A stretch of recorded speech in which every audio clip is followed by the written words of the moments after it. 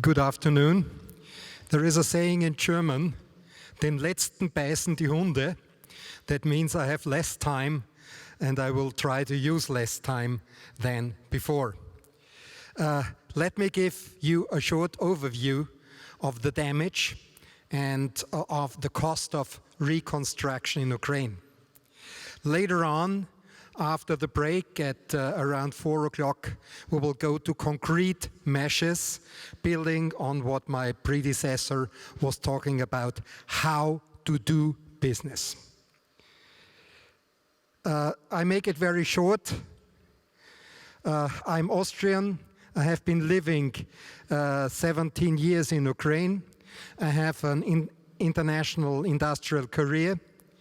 And I'm here not only as president of the Ukrainian-Austrian Association, but also as representative of ICPAC. ICPAC, that is the International Council of Business Associations and Chambers in Ukraine. And this council has 10 members, among them the German-Ukrainian Chamber, the British-Ukrainian Chamber, the French-Ukrainian Chamber, my small Ukrainian-Austrian Chamber, the Swedish Business Association, the Turkish Business Association in Ukraine, Canada-Ukraine Chamber, US-Ukrainian Business Council, and the Chinese, last not least, the Ukrainian Chamber of Commerce. I have been heading this council for 2 years, and now I'm still I'm still member of the executive board, kind of gray cardinal there. Good. So, I have Ukrainian experience. I have been living many years in Ukraine, and I'm well related in both countries, Ukraine and in Austria. Good. Coming to the Rapid Damage and Needs Assessment, which is a joint initiative by the World Bank, the Ukrainian government, European Commission, and United Nations. There have been 2 assessments. The first assessment was done based on February last year to June, was publicized in October, I think, and there is a new assessment. This is including the full first year. February 22 to February 23. So these are official figures. You can read them up, and that's why I can really make it a little bit shorter. It was stated, including end of February this year, that the total recovery and reconstruction needs are in the area of $400 billion. In between, what I do not understand, taking into account that Ukraine is a European country, everybody is speaking about dollars. Why don't we speak about euro? Just as a side remark. As you see on the slide, the main thing is housing, transport, agriculture, of course, infrastructure, and industry, etc. Read it up, it's 411 billion as stated end of March this year. This figure is divided in 2 parts. The first is the direct damage defined at replacement cost, and this is $135 billion. And you see here, it is again transport, it is housing, it is agriculture, etc. Energy, of course. And the second part of these 411, that is total loss. What's the meaning of total loss? It's a little bit misleading. Let me explain. That is not only the replacement cost, as it was, as is, but this is how to rebuild it with modern standard. That means with ecological factors taken into account. That means with, if you take about industry, consumption standards, energy consumption, which are international this is taking into account inflation, costs rising over the next 10 years, etc., etc. Have a look at the table.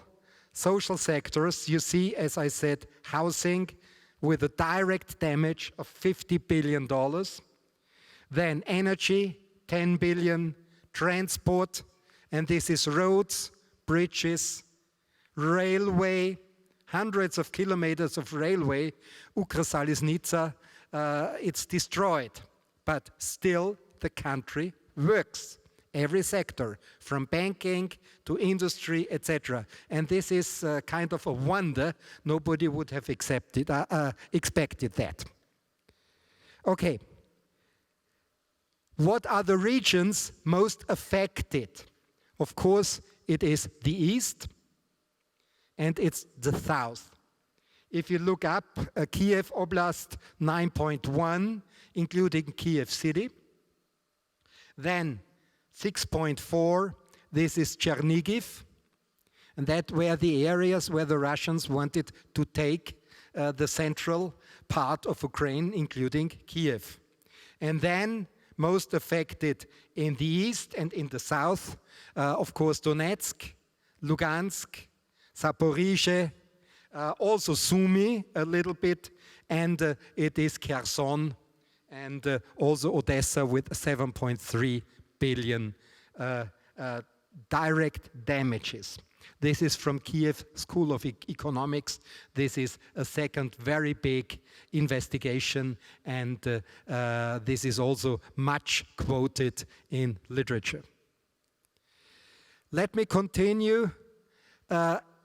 All these 411 are defined over a series of years. Nobody would expect that $411 billion would be invested within 1 year. But there are urgent requirements, and they have been defined to be around $14 billion.